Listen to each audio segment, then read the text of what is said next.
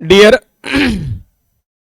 मैं गगन सर, आज आप लोगों को क्लास 10th के साइंस में जो मैं फिजिक्स का पहला चैप्टर मैं क्लियर कर चुका था और आज हम लोग दूसरे चैप्टर्स जिसे हम प्रकाश का अपवर्तन है, दूसरा चैप्टर का क्या नाम है? प्रकाश का अपवर्तन।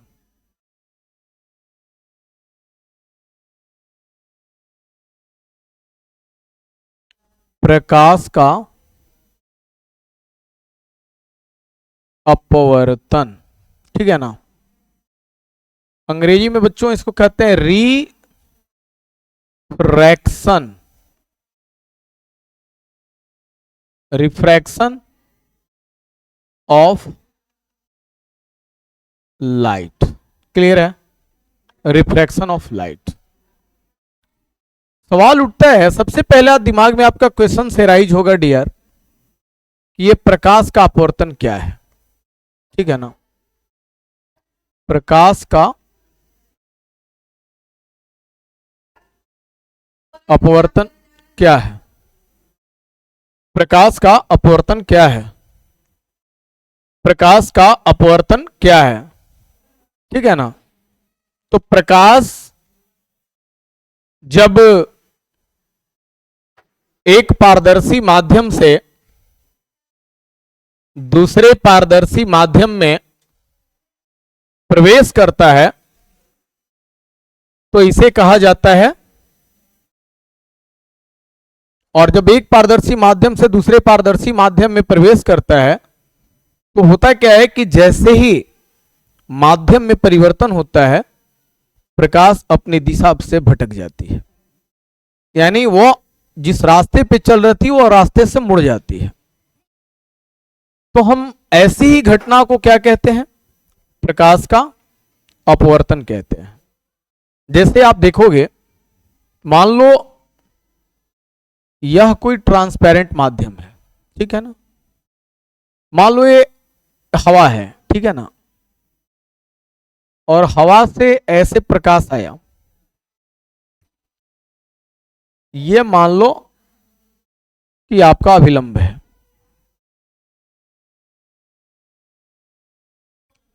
अब क्या है ना, प्रकाश को आना ऐसे चाहिए था, लेकिन नहीं, प्रकाश ऐसे नहीं आएगा, क्योंकि आप सभी को पता है कि अगर हवा एक पारदर्शी माध्यम तो है, लेकिन अगर वो हवा से पानी में आ रहा है ना, तो हवा की अपेक्षा पानी क्या है? एक सघन माध्यम है। तो ये माध्यम अगर आपका हवा है, यानी एयर है, क्या है? एयर, एयर है, हवा है। तो हवा क्या हो गया? एक विरल माध्यम हो गया भाई।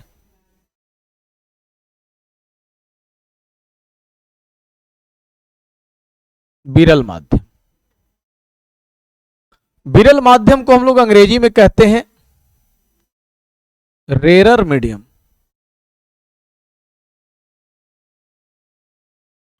रेरर मीडियम, जैसा कि आप सभी जानते हैं, अगर ये हमारा नॉर्मल है, अभिलंब है, तो अभिलंब के साथ बनाया गया कोण आपतन कोण होगा। अगर आपतित किरण जो कोण बनाएगी, यही किरण ना आ रही है, तो जो किरण आ रही है वो क्या है? आपतित किरण है। क्लियर है ना। और जो किरण यहां अपवर्तित हुई, ये अपवर्तित किरण है। तो ये किरण क्या है आपका? अपवर्तित किरण है, ठीक है ना।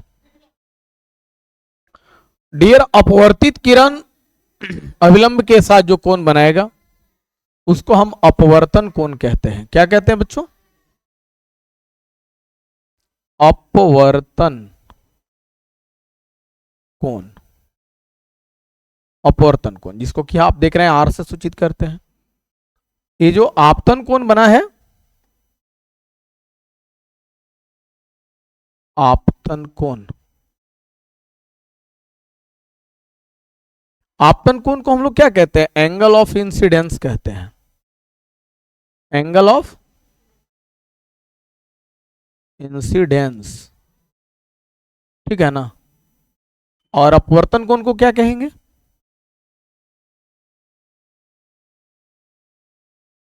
Angle of refraction, angle of refraction. Clear है ना? कोई दिक्कत है? चलिए डियर, ये जो पूरा चित्र आप देख रहे हैं ना, ये किस चीज का है? प्रकाश के अपवर्तन का। ये फिगर किस चीज का है? प्रकाश का अपवर्तन, यानी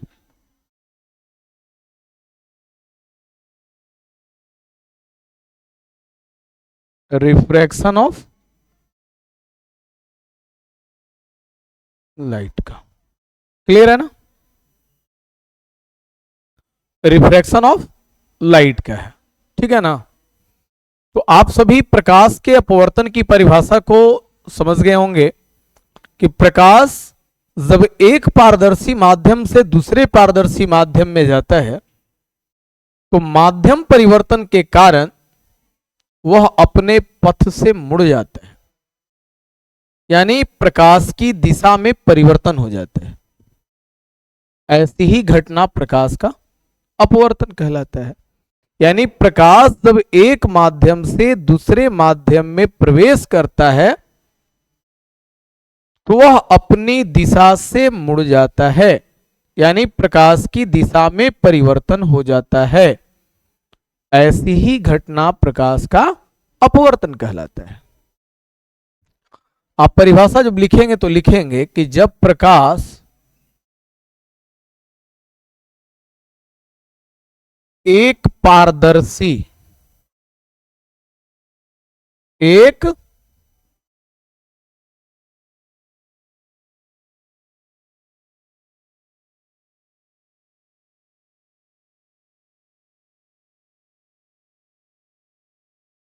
पारदर्शी,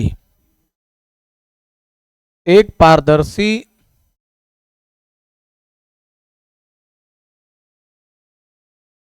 माध्यम से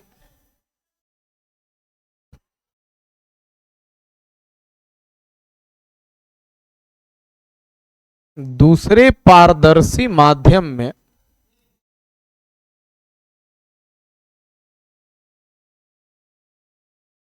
दूसरे पारदर्शी माध्यम में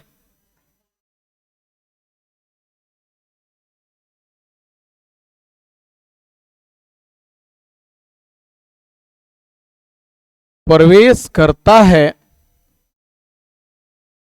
तो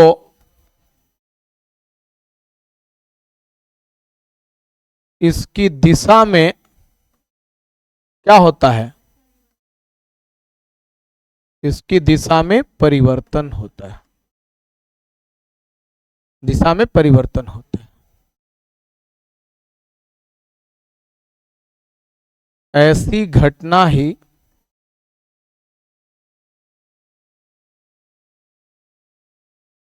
प्रकाश का अपवर्तन कहलाता है।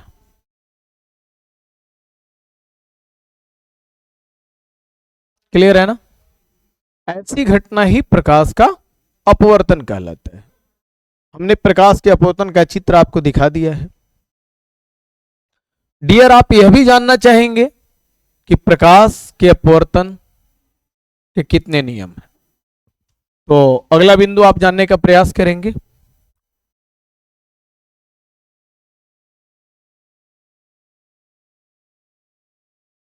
प्रकाश के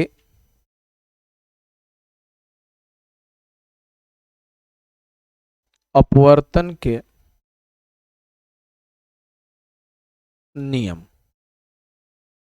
ठीक है ना कंसेप्ट,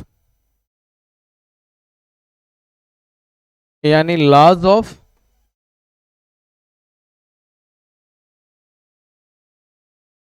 रिफ्रैक्शन ऑफ लाइट। ठीक है ना। तो आप जैसा कि आप सभी को पता है कि laws of refraction of light दो हैं, यानी आप लिखेंगे आंसर में जब आएंगे तो आप क्या लिखेंगे,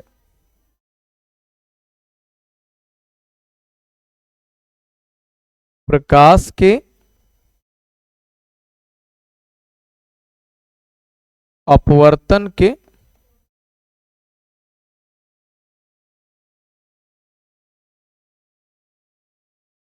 दो नियम हैं, ठीक है ना, दो नियम है डियर। पहला नियम हम यहां लिख दे रहे हैं, क्या है दो नियम में, तो आप देख लीजिए।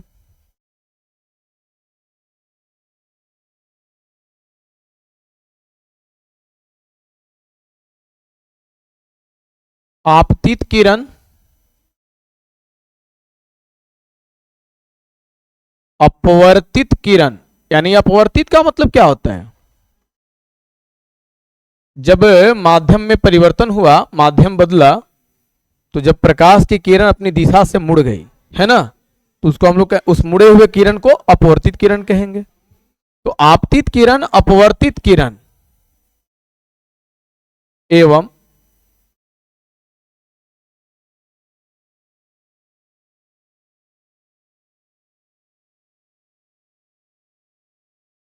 आपतन बिंदु पर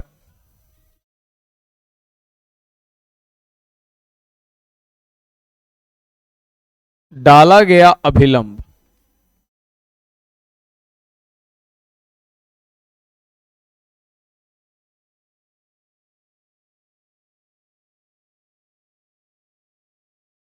तीनों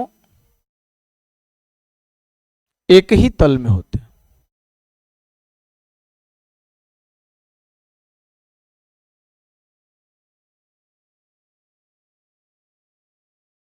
तीनों एक ही तल में होते हैं, ठीक है। दूसरा है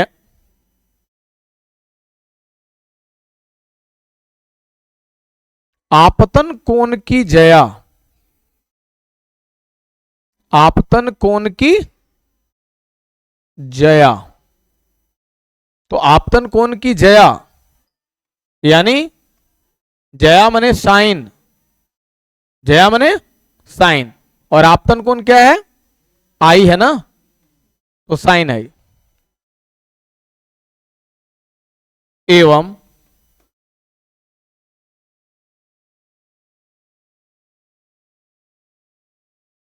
अपवर्तन कोण की जया, तो अपवर्तन कोण कौन है, जया माने तो साइन, अपवर्तन कोण आर है, तो साइन आर, अपवर्तन कोण की जया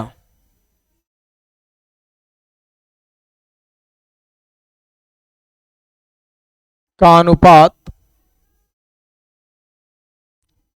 हमेशा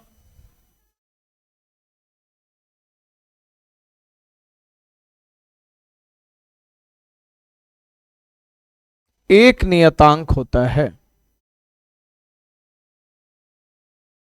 एक नियतांक है ना होता है।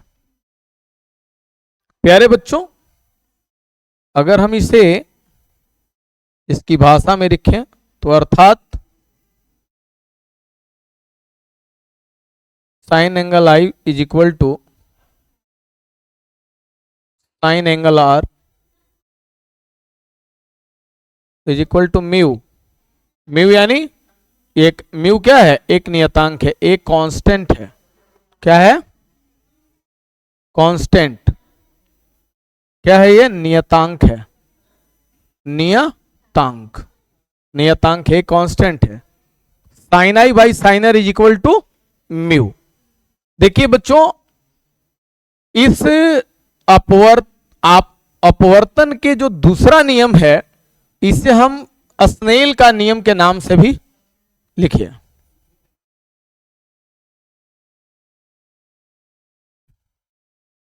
अपवर्तन के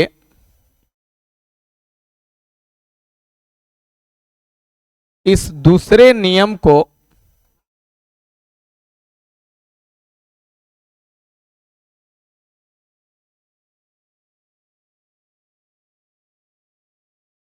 स्नेल का नियम यानी स्नेल्स लॉ, स्नेल्स लॉ भी कहा जाता है। ठीक है ना, स्नेल्स लॉ भी कहा जाता है। बच्चों एक बार फिर से आप लोग ध्यान से समझ लें, प्रकाश का अपवर्तन, जब प्रकाश एक पारदर्शी माध्यम से, पारदर्शी माध्यम में हवा होगा, कांच होगा, पानी होगा, है ना, या अन्य कोई ऐसा तरल होगा, तो जब प्रकाश एक पारदर्शी माध्यम से दूसरे पारदर्शी माध्यम में प्रवेश करता है तो इसकी दिशा में बदलाव होता है। यानी वो जिस दिशा से जा रहा था, माध्यम बदलने के बाद उसकी दिशा में बदलाव आ जाता है, वह दिशा से मुड़ जाता है। तो ऐसी घटना प्रकाश का अपवर्तन कहलाता है। प्रकाश के अपवर्तन के दो नियम हैं। प्रकाश के अपवर्तन के कितने नियम हैं? दो नियम हैं। पहला नियम है कि ये आपतित किरण एवं अपवर्तित किरण तथा आपतन बिंदु पर डाला गया अभिलंब, आप जैसा कि देख रहे हैं एक ही तल में तीनों है, एक ही तल में होते हैं। दूसरा नियम है कि आपतन कोण की जया यानी एंगल आई है जो आपतन कोण है, और इसकी जया यानी साइन आई, और अपवर्तन कोण की जया यानी साइन आर, दोनों का जो अनुपात है वो हमेशा एक नियतांक होता है। उस नियतांक को हम लोग म्यू से सूचित करते हैं।